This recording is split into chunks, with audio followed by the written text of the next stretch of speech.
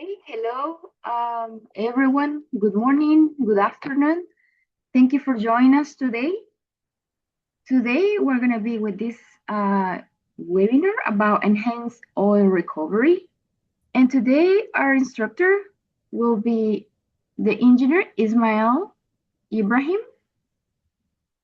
He is a highly experienced reservoir engineer and educator with more than 4 decades as professional in reservoir engineering, field development, simulation, and reservoir management across the international oil and gas industry.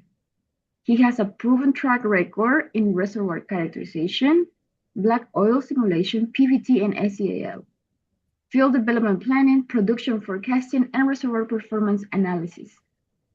Combining extensive technical expertise with consulting and training experience, he focuses on practical reservoir workflows, optimization, uncertainty, evaluation, and decision-making.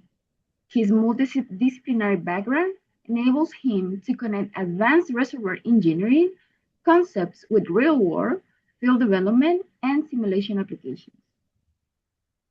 Mr. Ibrahim, welcome to Yes. Pro Plus Oil and Gas Solution, and thank you for being today with us and sharing all your expertise with us. When you have the time, please, you can start. Good afternoon.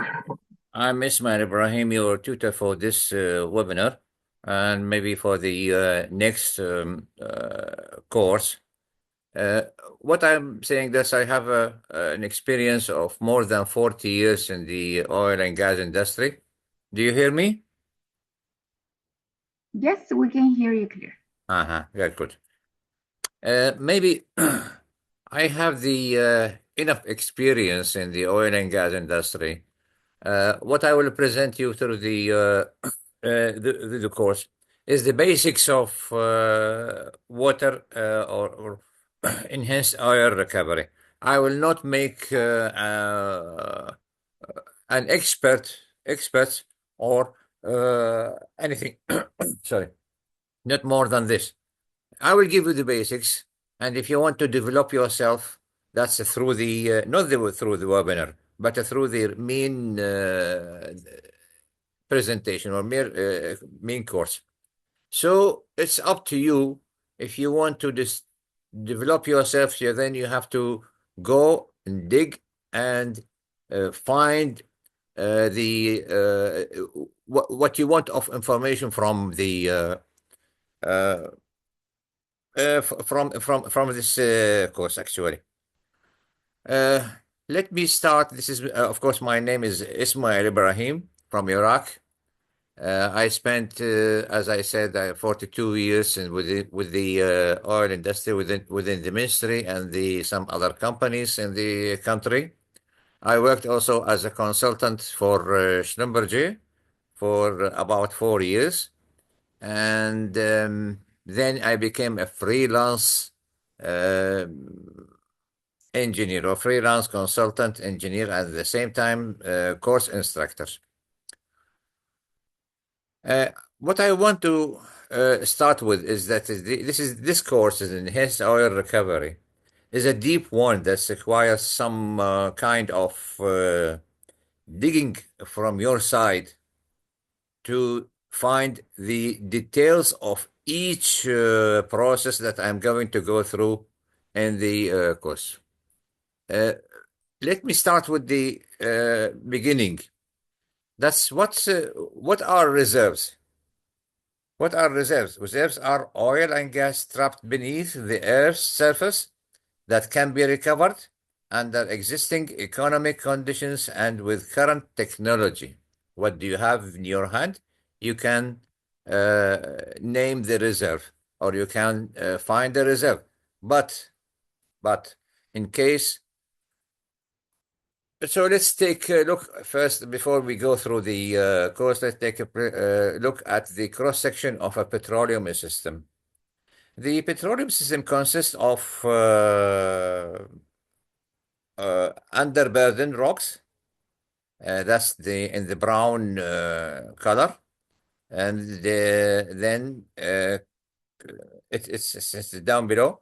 After that comes the source rocks that makes the oil or make the any fluid that you may have. You may have gas or oil, of course. And then we need a reservoir rock that should contain the what's found. What is the resource that we found, either oil or gas. Then we need to have a cover, a seal rock that's in the green, in order to prevent the resource from escaping to any other rock. Uh, of course, the seal rock have to be a solid uh, layer that without porosity, without permeability, and without fractures. Most of the cover rocks or seal rocks have the same have this, but there are some other cap rocks that have some other kind uh, of properties. As we have, I have actually an example of a fractured uh, cap rock that's happening and within the or over the reservoir of Kirkuk Field. This rock, that's as you may know, that's the eternal fire of Iraq, and in the north of Iraq. It came from this that the cap rocks have fractures and the gas in the reservoir spreads or goes up through to the surface. So that's why that's caused the reduction of pressure, reservoir pressure. So they have to have water injection in order to increase the pressure in the reservoir and um, keep on producing from this reservoir. So you can find this these dots. It means that this is an extent of a prospect or field. These some kinds of traps that you may find in the nature. Then we have a basement rock that's not important to go through its properties, but the very important is the reservoir properties, of course. The reserve, when we have a reserve, we have an uncertainty. The certainty comes from in the beginning, in the first stage of the life of the reservoir or the oil. Thus, you have a full range of you can have full range of recovery. But when you drill and start to produce, that's you have the second stage. It's called the primary production. You can have the uncertainty increase. That's why the when you see this gray area, you can this is the oil and this is the certainty. The uncertainty in this case increase, sorry, and that's why you see it's less than the range of recovery. After that, when you continue with the life of with the third stage of the reservoir, that's when you apply secondary recovery, the or that's natural recovery. The uncertainty increase more, and then you're going to have very low certainty of the presence of oil, and that is at the end of the life of the reservoir. That is abandonment at economic limit. Reservoir engineer role. What is the role of reservoir engineer? The reservoir engineer offer the optimized depletion plan and economics. Develops reservoir models to forecast well and reservoir performance, because you have to know the performance of your well and your reservoir during the life of the reservoir on during the whole time of production.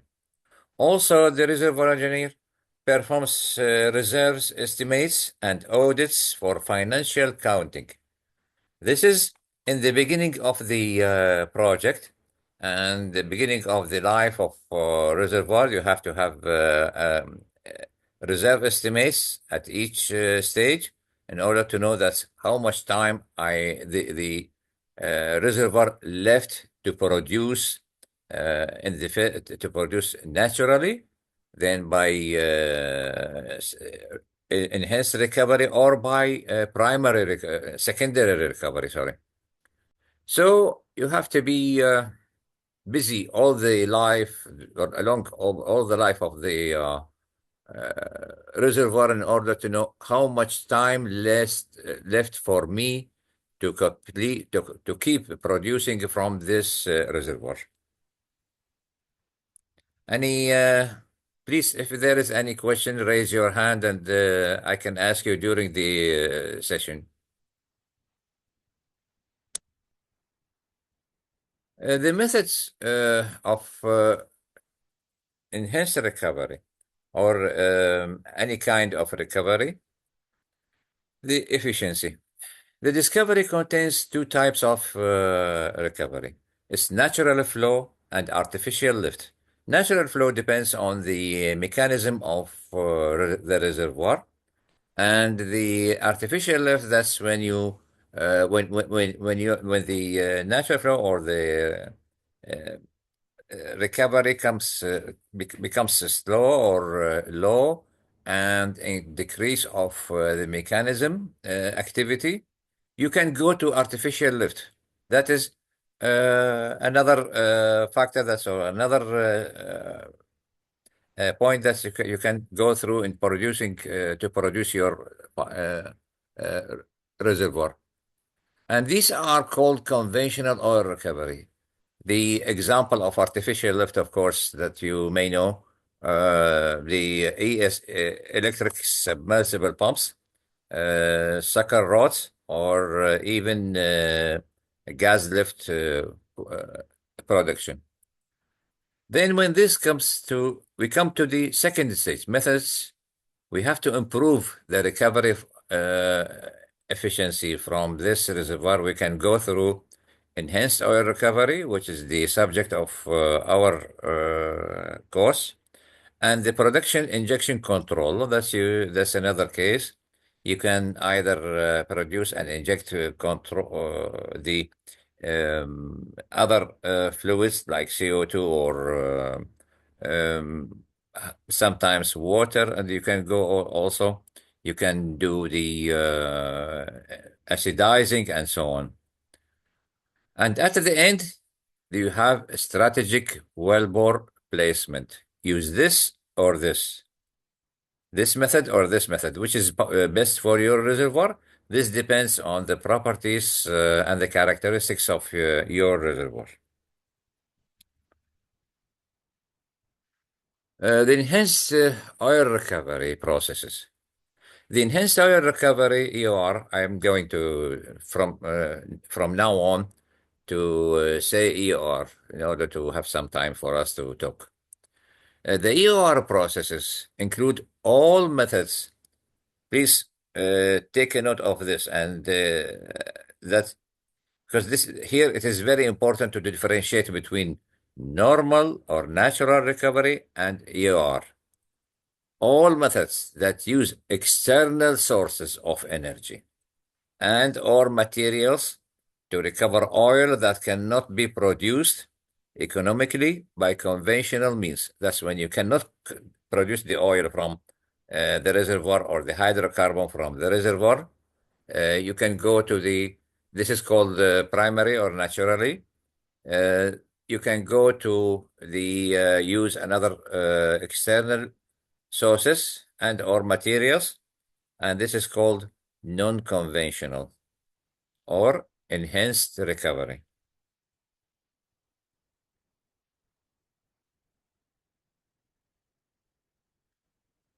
What is there is another use of water injection. Water injection can be used as an improved recovery before using the enhanced recovery. Water flooding and non-miscible gas injection are traditional methods. These are used during the old ages, the 1800s years, and this is the 19th century. Uh, Traditional methods are often called secondary recovery, which is water flooding and non-miscible gas injection. And the enhanced recovery is a term that refers to steam injection and in situ combustion. Polymers, hydrocarbon miscible displacement, carbon dioxide, CO2, and we can use also surfactants and bacteriological processes. This will come. Of course, the best thing to start with is that I just put the sequence of the operations in order to have, if you, in order to know what you can have as a secondary recovery or enhanced recovery. Um, so steam is the best. Then if it's not suitable for your reservoir, you can use polymers and hydrocarbon miscible. If this is not suitable, you can use carbon dioxide. And if that carbon dioxide does not apply, then you can go to the surfactants and bacteriological uh, processes.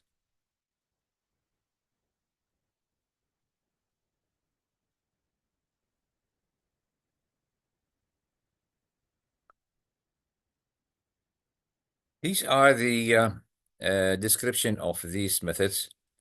That's water flooding.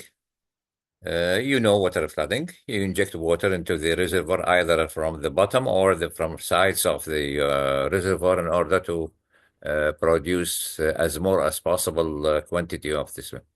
The thermal methods are steam stimulation, as I said before, steam flooding, hot water drive, and in situ combustion. All these operations called thermal methods because they deal with the hot water or vapor. Chemical methods is by injecting polymer, surfactant, caustic, and micellar polymer flooding. And the last one is the miscible methods, including hydrocarbon gas, CO2, nitrogen, and a flue gas. You may use another kind of gases that's not only CO2. You may use nitrogen or some inert gases, but they are very expensive, and we will come to this later on, please.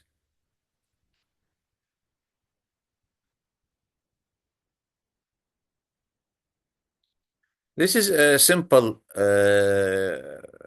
flow of workflow of the or a project of water injection, water flooding. You have, let's go from left to right. You have an injection well with a water injection pump. You have separation and storage facilities to separate the oil from gas or water, and the producing well.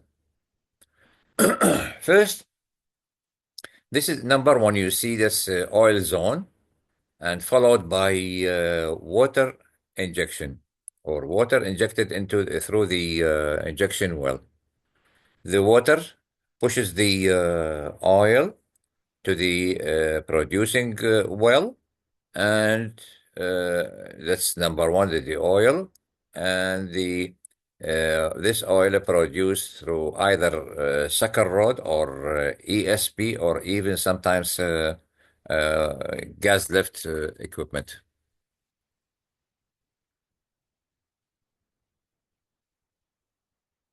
Sorry. Let's have some idea about the highlights of each one. Starting with the water flooding highlights.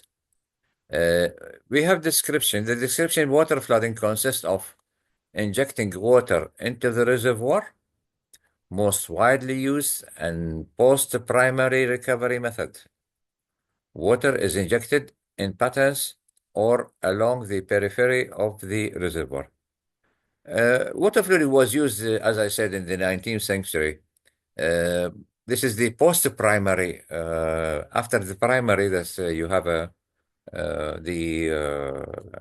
mechanism of the or the or the energy of the reservoir is mostly used, and you're having high production is very difficult now at this stage. Then you can use water as injector or as recovery material. Water is injected in patterns. That's we're going to see. We're going to see the patterns of production or water injection and the production of the oil through the main course. Water is injected in patterns or along the periphery of the reservoir. That means you inject water around the at the edges of the reservoir.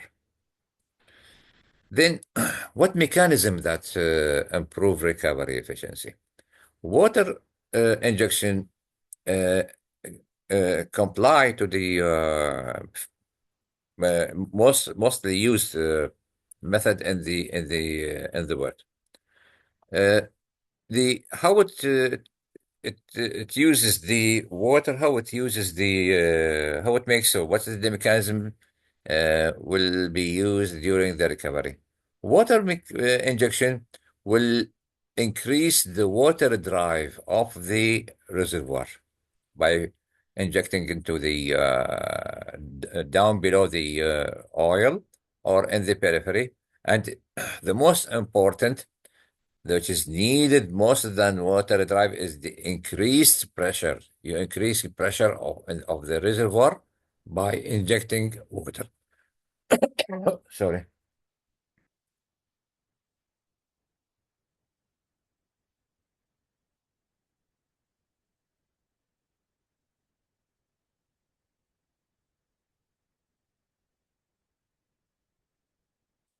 Uh, as I said before, the water flooding or injection started by accident in Pennsylvania in the late 1800s, produced more oil than any other improved recovery method. Actually, water is the best one and involves immiscible displacement of one fluid, oil, by another in the reservoir. That means they don't mix together, so that you're going to have more water to be will be produced through the producing or well, water is usually plentiful and cheap. As you know, that's the our universe or our planet includes a lot of waters that can be used or can be used in the water injection, and it is very plentiful and cheap. The cheapest one is the water in the most of the operations. So most of the companies and clients prefer to start with water injection because it is more cheaper than any other process.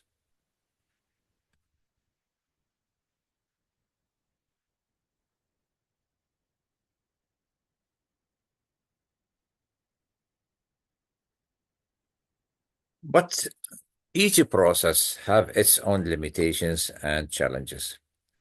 Limitations of water flooding is the high oil viscosities result in higher mobility ratios. You know the mobility ratio of the in water injection have to have a mobility ratio of very high, more than zero, because all you want to do is to push the oil by water, and therefore, without mixing. So the mobility of the oil have to be more easier or faster than the water itself. Also, the one of the limitations is some heterogeneity is acceptable, but we have to avoid extensive fractures. Any reservoir or any, maybe the caprox, as I said, it contains fractures or any other heterogeneity. But what we should avoid is the extensive fracture, which is one of the most important limitation of the water flooding process. What are the challenges? The challenges are poor compatibility between the injected water and the reservoir may cause formation damage. It may cause that's or filled with water. If for example, if the mobility of water more than the oil, then it will comes to fill the voids in the reservoir, and in this case, it will leave some more oil left over in the reservoir, and the the the water comes through the oil and have fingering in this case. So you have to be careful about this water of injection. The injectivity or mobility ratio have to be more than one, which means that the oil moves easier and faster than the water. Another challenge is the subsurface fluid control to divert injected water and to shut off undesirable product produced fluids. You may have in some uh, in some wells, you may produce water uh, earlier than oil, and in this case, you have to shut down producing from the number of wells that you are injecting and producing. So in order to alert or alter the the the flow of water and get fingering, and then you will produce oil with high water oil ratio. Gentlemen, please, do you have any question? I can hear. I can hear you, gentlemen. Well,